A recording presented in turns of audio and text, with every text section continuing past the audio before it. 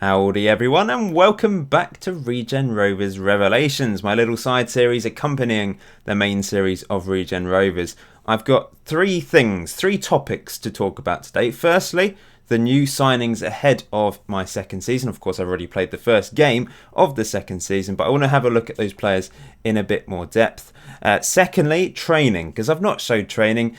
I think most people find it a bit boring, which is why I haven't really mentioned it in the main series, but this series is in depth. It's for those of you that want to have a look at the series and the save in more detail. So we'll go through that. I've got some pretty pathetic coaches, so training isn't exactly the best, I don't think. And thirdly, we'll take a look at the tactic. I'll show you what I'm using for the start of this second season. I'm sure I will adapt it over time. There have been people suggesting things for me, but I'll tell you my reasoning for why I'm using this formation and tactic. But first of all, it's time for Ask the Manager. I actually quite like this feature. There's been lots of people asking me questions. Remember to use the hashtag ATM. Put it in the comment section below. I can search on all of my comments and it will accumulate all of them from all my videos. Anything with the hashtag ATM will appear. I won't answer them all in the series, but I'll answer some, and maybe at some point I'll go through the rest of them in a special Revelations video in the future. But the first question is from Weird Giraffe. What are my hopes for next season? I suppose that's this season now. Well, I think all I can say is we need to survive again. Jack Young, the chairman, has asked me to fight bravely against relegation. So he's kind of expecting me to get relegated just like last year. But I think we'll survive. And I think we'll probably be lower mid-table. That's my hopes. Lower mid-table for this season and just make slow progress. I'd like to go far in like the Hampshire Senior Cup. I can see us doing well in that competition at some point, especially as we progress through the leagues. And maybe the Southern League Cup as well, maybe one at a time. Perhaps the Hampshire Senior Cup this year, we'll try and get through a few more rounds of that. APZ Gaming asks, out of any team, which would you want as a senior affiliate? So I did actually ask my patrons and people on my Discord whether we should have a senior affiliate at the start. I mean, the options basically were Eastleigh because they're local, Southampton and Portsmouth. I thought Eastleigh probably made most sense because they're, a couple tiers above us and not really high above us.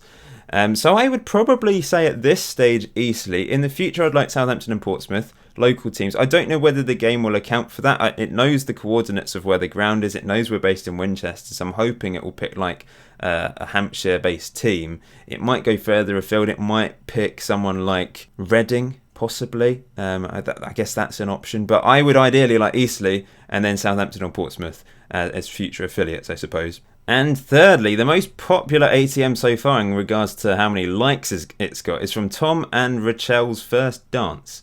He has asked, or she has asked, or they have asked, what does your wife think of your series? She doesn't watch it. She doesn't know much about Football Manager, but she has watched, she watched most of the first episode, me introducing stuff. When it got to the Football Manager stuff, then nah. But she loves the fact that I do this. She thinks it's amazing that I've built like a community and I've got to 50,000 subscribers. That's, we do actually celebrate the odd milestone here and there and just go out and have dinner or something, which is nice. It's really nice. So yeah, she really likes the fact that this. She finds it amazing that I get invited to Football Manager events at Sports Interactive headquarters as well.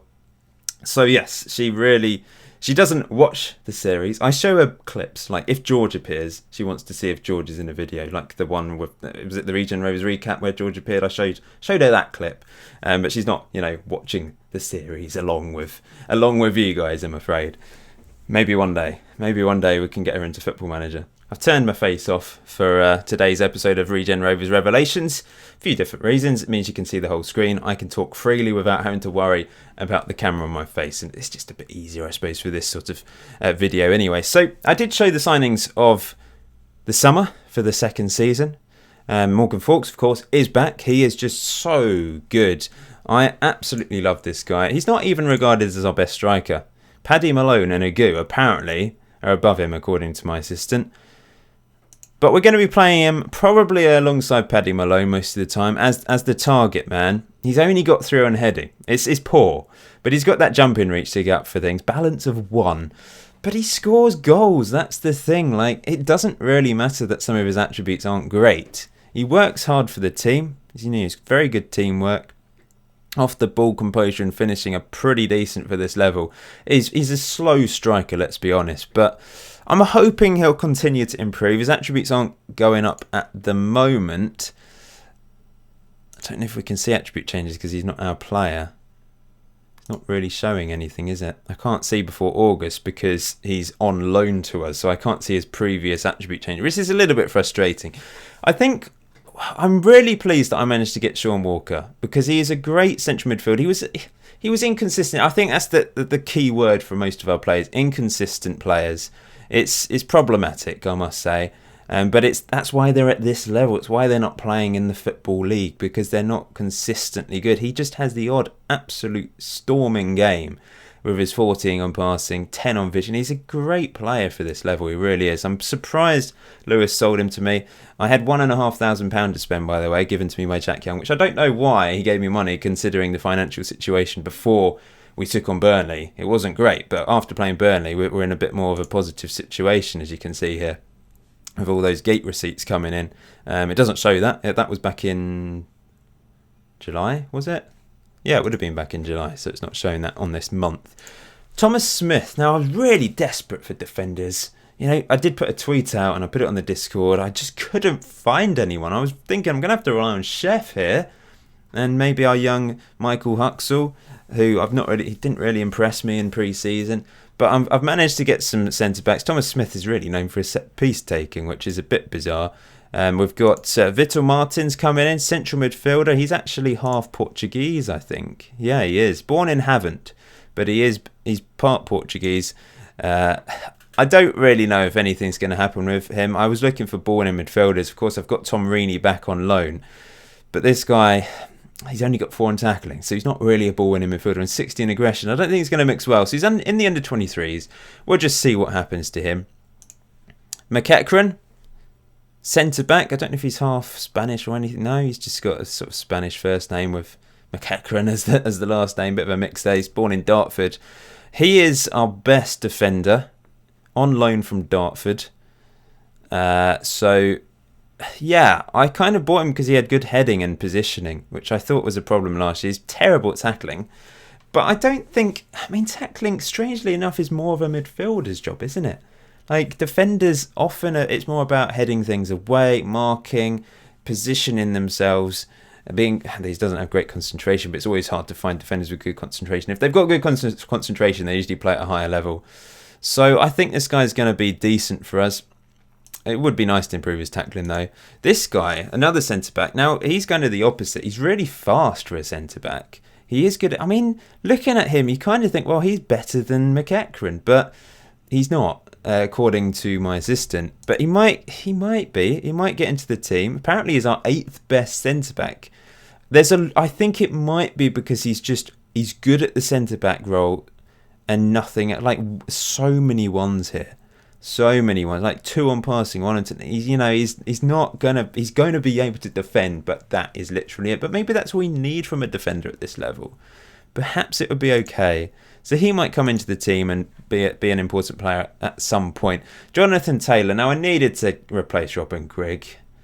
You know, he was okay going forward at the time. He did get 4 assists and he played some good long balls over the top. But defensively, absolutely all over the place. So we've got Jonathan Taylor on loan from Dorchester, where he was born. And, I mean, he's better with his crossing, that's for sure. He's good tackling. I was trying to find players that had decent tackling, positioning. I mean, 9 is good at this level for a right-back because he was basically the best one I could find.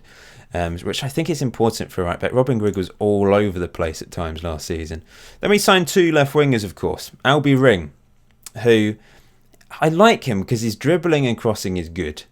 He's not the fastest winger, but maybe he'll be a winger that puts in early crosses rather than trying to beat a man. But then he's got dribbling, so he can just slowly dribble around players, I suppose. Mentally, there's some decent things there as well. So we'll see what happens to him. I think he's going to come into the team for the next game, to be honest. Jamie Jupp. Now, I like him because he's very good at crossing. He's also relatively fast. He's not very good at acceleration, but his pace is good. Very aggressive, though. So, yeah, I'm not sure about him. He doesn't actually have a 1-star current ability. He's only got 3 grey stars. On loan from Westfield. Born in Woking. He's fickle, which is a bit of a weird personality trait, I must say. And then lastly, Tom Reaney coming in as that ball-winning midfielder in the middle. Good tackling, bit aggressive, not particularly brave, which isn't ideal, but he's good at tackling. Hard working player, scored a cracking goal in the last in episode 8, didn't he? On loan from Gosport. Best. Oh, it's a bloody dog making an absolute racket outside. He's the best balling midfielder I could find. So I'll just go quickly through the team. First team, under 23s and under 18s. I won't show you every player, but I just want to pick out some sort of players I think will stand out this season. I've got high hopes of Patrick Malone. He's improving. He's only 16 years old, and he only turned 16 about 4 months ago. So he's once again not the fastest striker, and we've got very slow strikers. It would be nice to have a poacher with a bit of pace.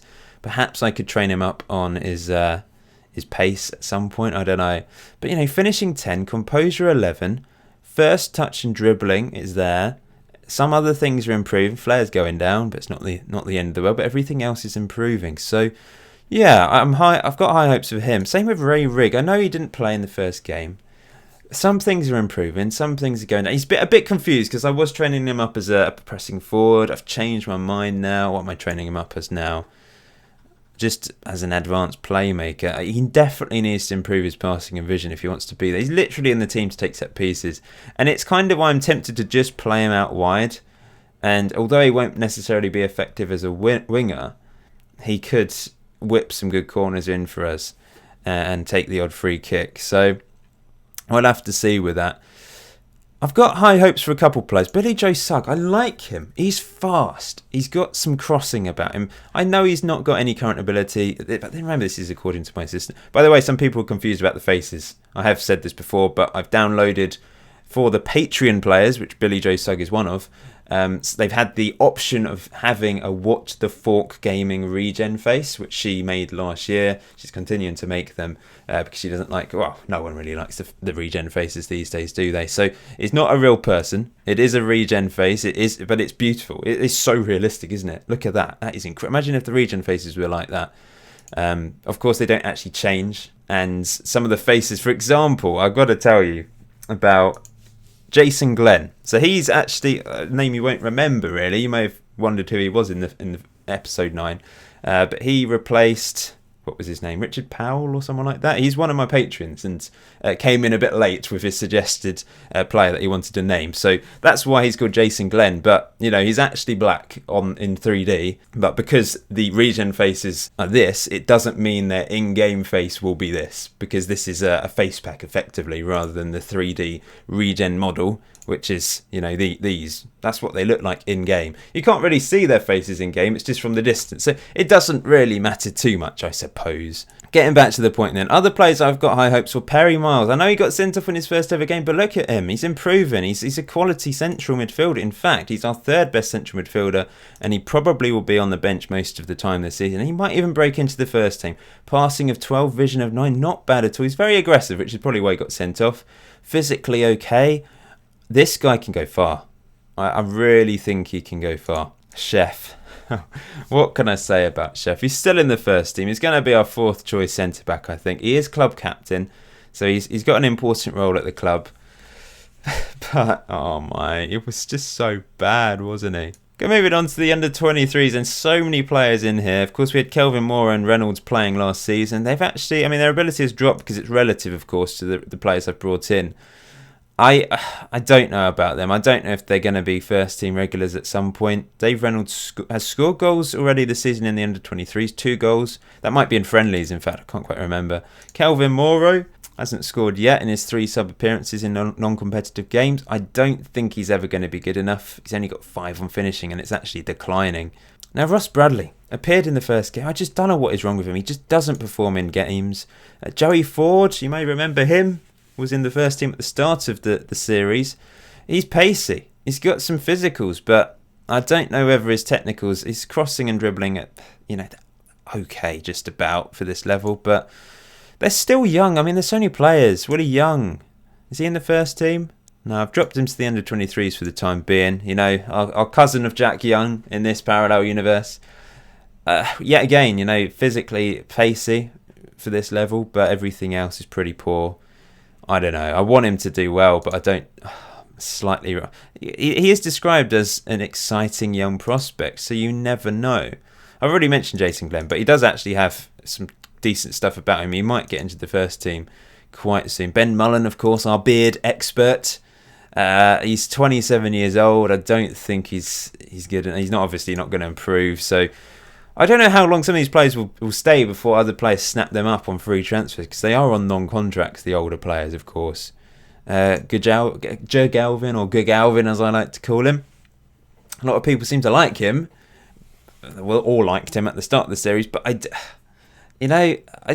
There's just so many players that we have that I just don't think are going to get into the first team.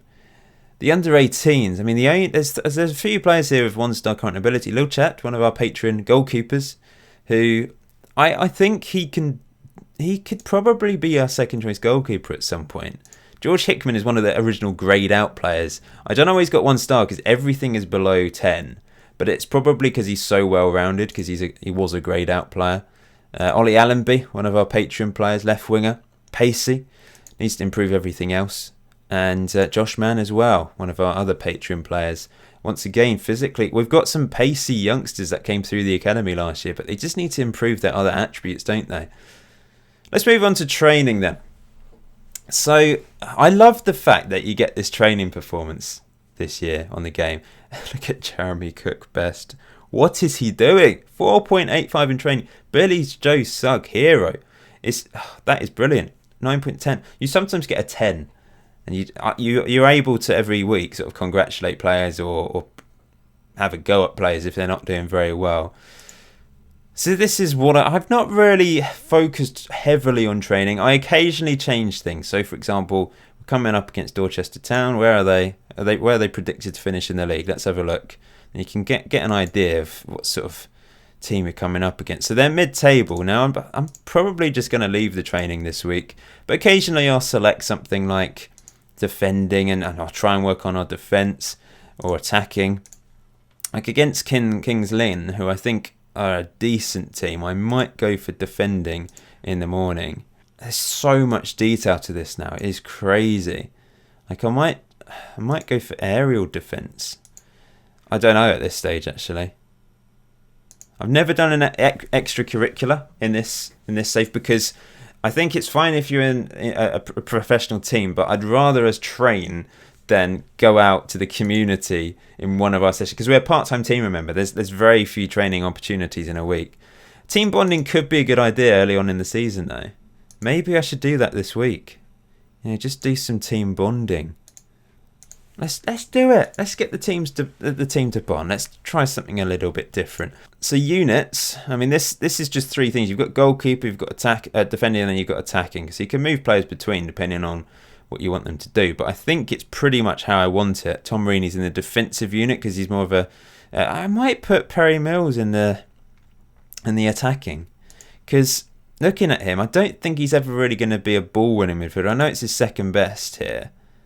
It's because of his aggression, probably. Tackling's okay, but I'm tempted to, because he's good at passing and vision's all right. So I might move him into the attacking unit. How do I move him into the attacking unit? That's a good question. I haven't actually moved anyone yet. I moved him. I just dragged him in. There we go. And now mentoring is new on the game. You used to have tutoring, and you could tutor. So you could pick one of your first team players, and they could tutor an under-18s player. This time, on FM19, they've spoken to clubs in real life, Football Manager have, and apparently that's not really a thing now. And it's only, you get mentoring groups, but it's only players that will be training in the first team. So you can't put under-23 and under-18s players in here. You have to move them to the first team to be in here. Now, I know Chef is awful, but it's more about the personality that you want to sort of brush off on these young players.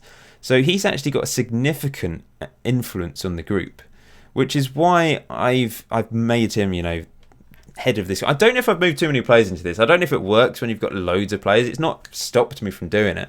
But I want his, leadership personality to brush off on some of these players, make them just a better person, and hopefully enable them to be better players. So I've kind of put these determined, balanced players in here to try and improve them. Now, with the other one, I used to have Mullen in here, but I dropped him to the under-23. So we've got Trollope, 23 years old, so he's quite young still, but he's he's got an average influence on the group, and he's fairly ambitious. I wish he was sort of more ambitious than that. But these players that are unambitious, I don't know if this is the way to do it. I'm still learning. But I'm trying to get these guys to basically become more ambitious. We don't want them to be too ambitious because they might just move on, I suppose, to bigger clubs. But having unambitious means they're not going to want to improve that much. It's a lot of my loan players, in fact, and fickle. I mean, that's just weird. Like, I want to get rid of that, I think. I don't think we want fickle. Then, of course, you've got the individual training. I've not focused hugely on individual training. Some players are doing things. I can't really think of anyone off the top of my head. I have removed some training recently. So Ross Bradley, for example, I'm training him up on attack and movement. You can't train individual attributes these days. You can only pick, so attack and movement will focus on anticipation, decisions, and off the ball. I want to improve those. So it kind of focuses on 3 different attributes. And lastly, the coaching. Now, I'll go through my staff in a second, actually, because I can't have that many coaches. I'm not allowed more than this in the first team. So I've got my assistant. I'm doing the tactical and technical training and the fitness training. I can't actually have a fitness coach because we don't have enough spaces.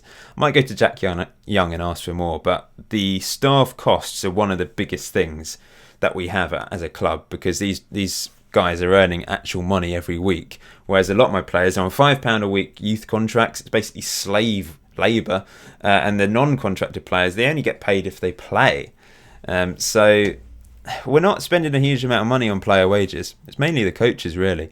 So Paul Jolly, goalkeeping coach. Now you'll look and think, oh, they're dreadful coaches, but these are the best I can. Remember the rules of the series. I can only sign regens or new gents, whatever you want to call them.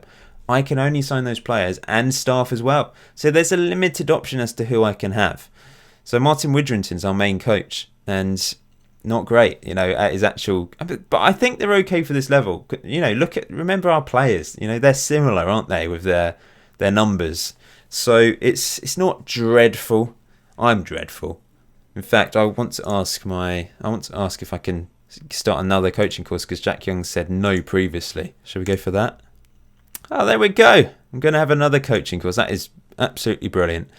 So, yeah, staff-wise, I don't think I can have any more staff members in the first team. I think I can increase the under-18s, which might be important. I've got an under-18 fitness coach, Paul Norton. Not great. 6 on fitness. I'm going to be killing my youngsters, aren't I? Our chief scout has only 6 on player, 6 and 7 on those 2 things. We've got head of youth development, John Slack. 16 on working with youngsters. Not great with player potential and ability, but he's good at working with youngsters. I'm hoping he'll put some decent players into the youth academy. They do have an influence over sort of the personality of your players. So I don't know what his personality is, actually. He's fickle. That's not good, is it? Why is he fickle? Bloody hell, we're going to have loads of fickle players coming through the youth academy. I should have checked that, shouldn't I? We're going to send him on a coaching course if we can. No, he can't. I want to improve my head of youth. That's important. I need a good head of youth development. I brought this guy in because I thought he looked better than my previous one, but he's fickle. Our physio, 7 on physiotherapy. It's the best I could find. Our head physio actually has less. He's only got 4. Should be the other way around. But he's the guy that was here at the club when I joined. Same with Ollie Oxborough, of course, was already here. My assistant manager decided to keep him this year. A few people have been asking about the kits.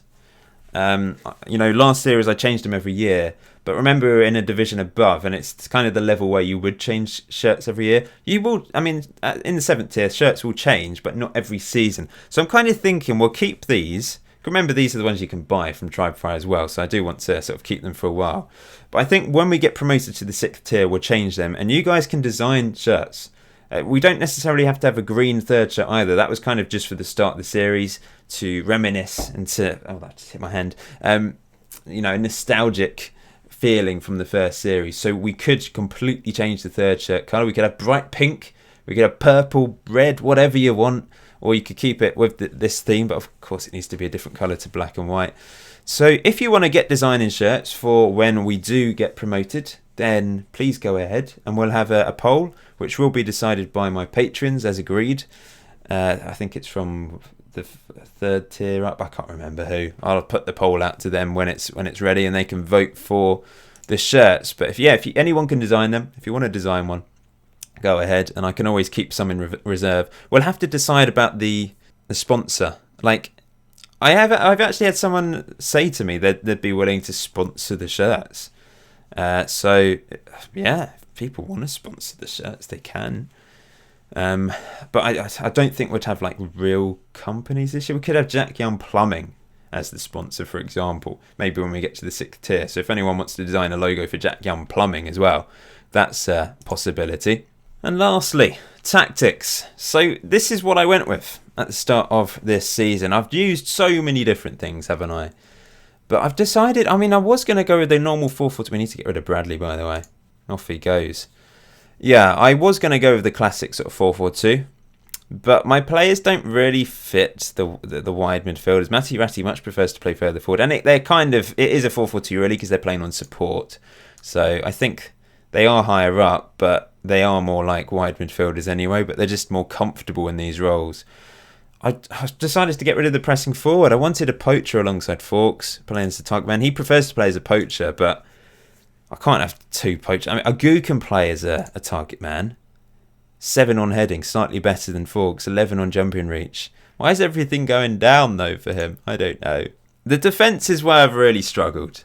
People have suggested things. I've tried things. One of the top suggestions at the start was to go with a covering centre-back just to mop up any mistakes and sit there and drop back and almost act as a sweeper, I suppose. And it's not really worked. My two centre-backs actually prefer... McEachran prefers to play as a no-nonsense centre-back, which I don't really like because they just blast it up the pitch, but maybe I need to go with that.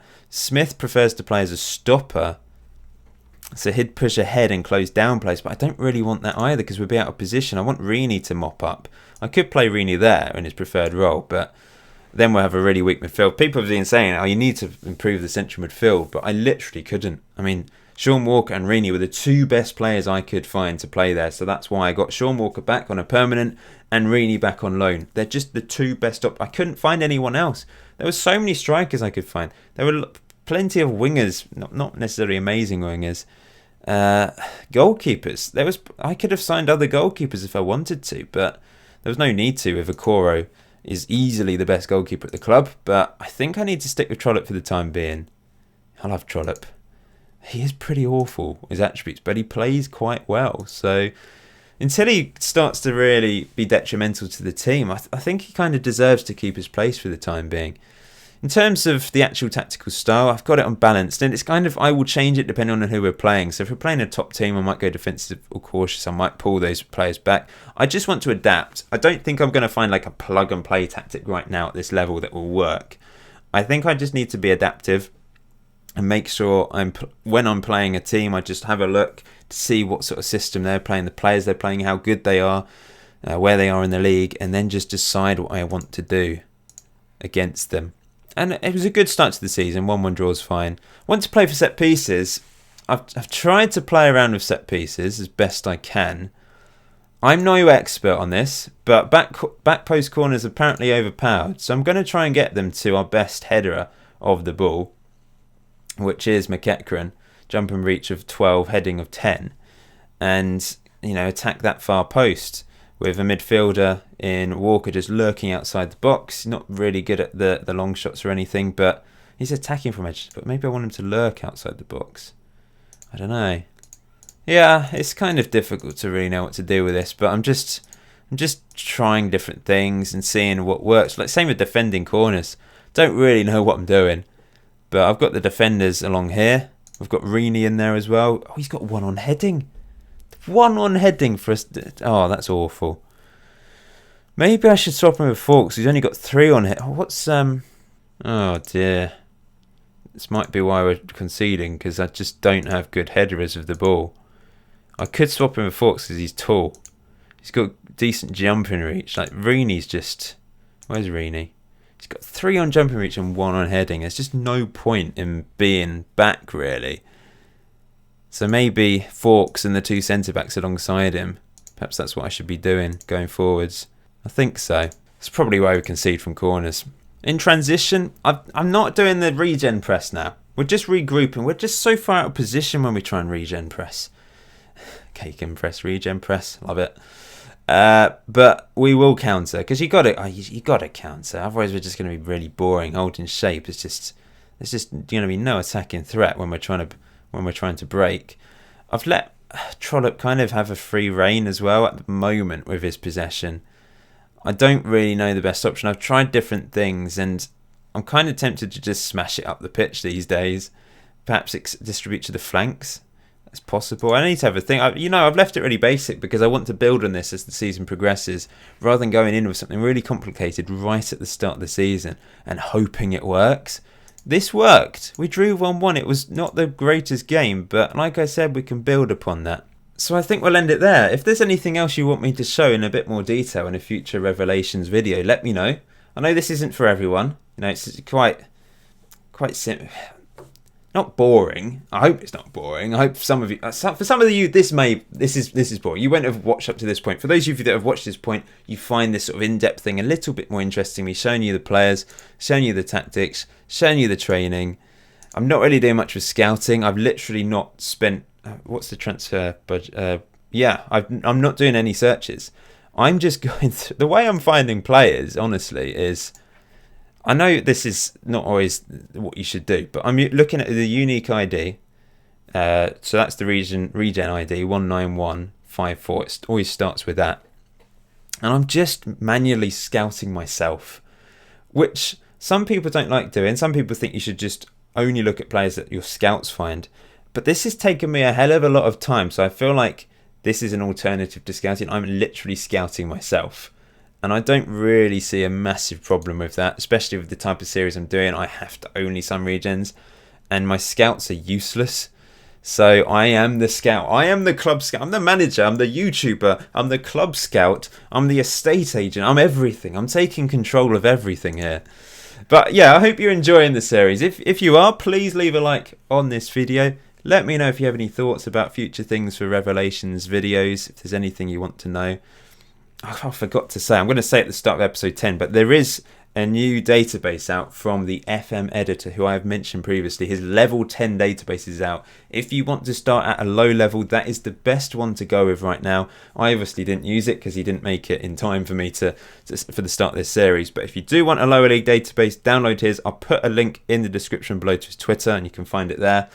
But yeah, we'll end it there. Until next time, enjoy Football Manager 2019. Enjoy the rest of your day. I'll see you very soon.